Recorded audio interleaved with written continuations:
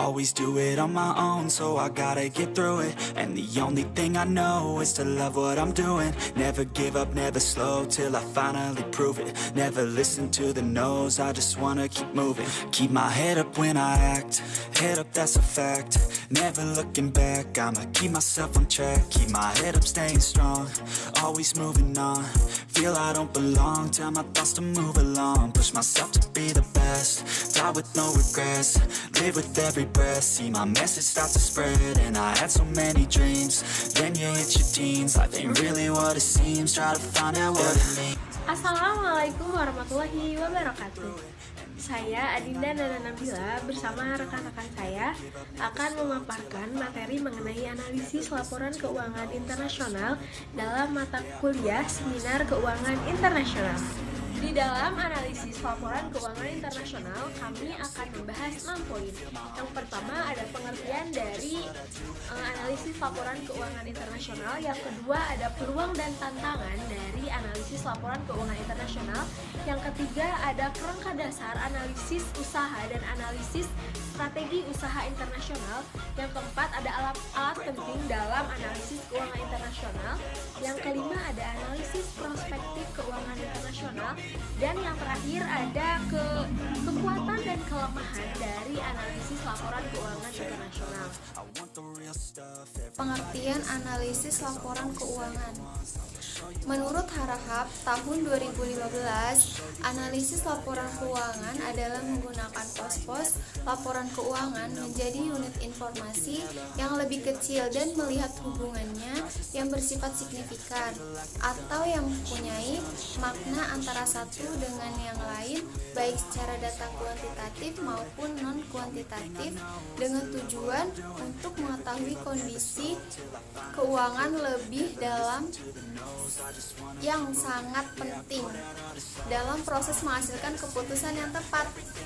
Jadi dapat disimpulkan bahwa analisis laporan keuangan adalah sesuatu metode atau teknik yang digunakan untuk melakukan pemeriksaan menyeluruh terhadap laporan keuangan.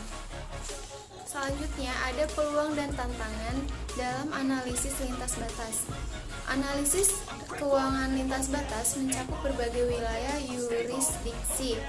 Sejumlah negara memiliki perbedaan yang sangat besar dalam praktik akuntansi, kualitas pengungkapan, sistem hukum, dan undang-undang, sifat dan ruang lingkup risiko usaha, dan cara untuk menjalankan usaha. Analisis dan penilaian keuangan internasional ditandai dengan banyak kontradiksi. Di satu sisi, begitu cepatnya proses harmonisasi standar akuntansi telah mengarah pada semakin meningkatnya daya banding informasi keuangan di seluruh dunia.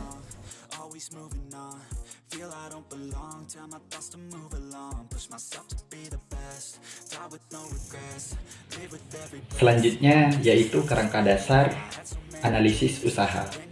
Menurut Palepu, Bernard dan Haley membuat kerangka dasar analisis usaha yang bermanfaat, yaitu bisa didapatkan dengan cara menganalisis laporan keuangan. Adapun kerangka dasar tersebut terdiri dari 4 poin. Yang pertama, analisis strategi usaha. Yang kedua, analisis akuntansi. Yang ketiga, analisis keuangan. Dan yang keempat adalah analisis prospektif.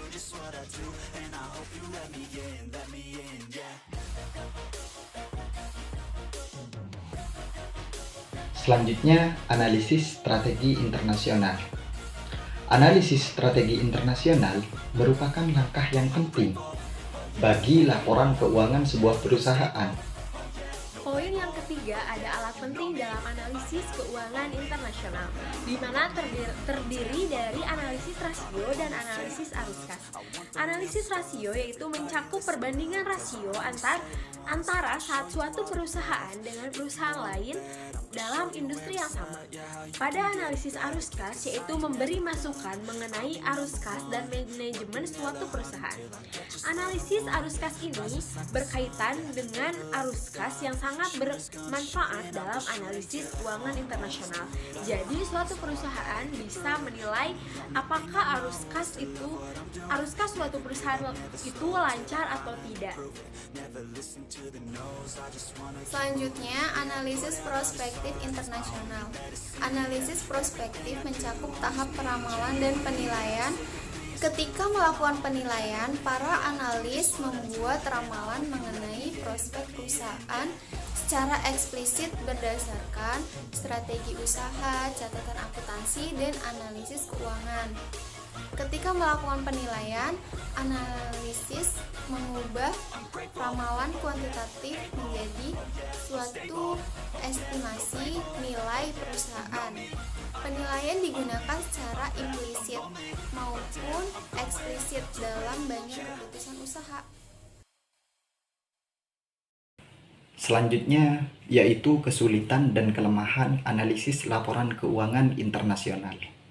Nah, yang pertama itu akses informasi, yang mana meskipun akses informasi sekarang mudah terdapat pada beberapa website perusahaan, tapi terkadang ada kendala antara perusahaan satu dengan perusahaan yang lainnya. Yang kedua yaitu terkait dengan ketepatan. Ketepatan ini yaitu ketepatan waktu. Entah informasi itu sudah update ataupun belum, baik itu laporan tahunan, laporan triwulan, laporan kuartalan, ataupun laporan keuangan yang lainnya. Terus yang ketiga, kendala bahasa.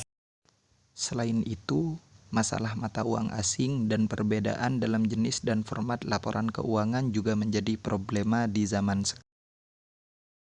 Baik, di sini saya akan membacakan kesimpulan dari pemaparan rekan-rekan saya, Isti dan Wahyu.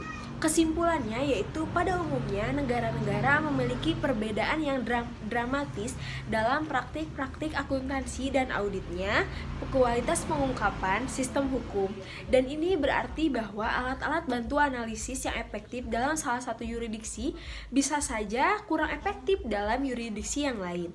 Analisis seringkali menghadapi tantangan-tantangan yang menakutkan dalam usahanya, yaitu mendapatkan informasi yang kurang dipercayai, sehingga dalam analisis laporan keuangan internasional dibutuhkan informasi yang efektif, yang relevan, sehingga perusahaan dapat berjalan dengan baik.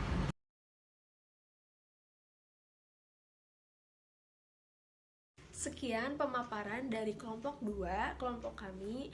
Semoga dapat menjadi manfaat untuk kita semua.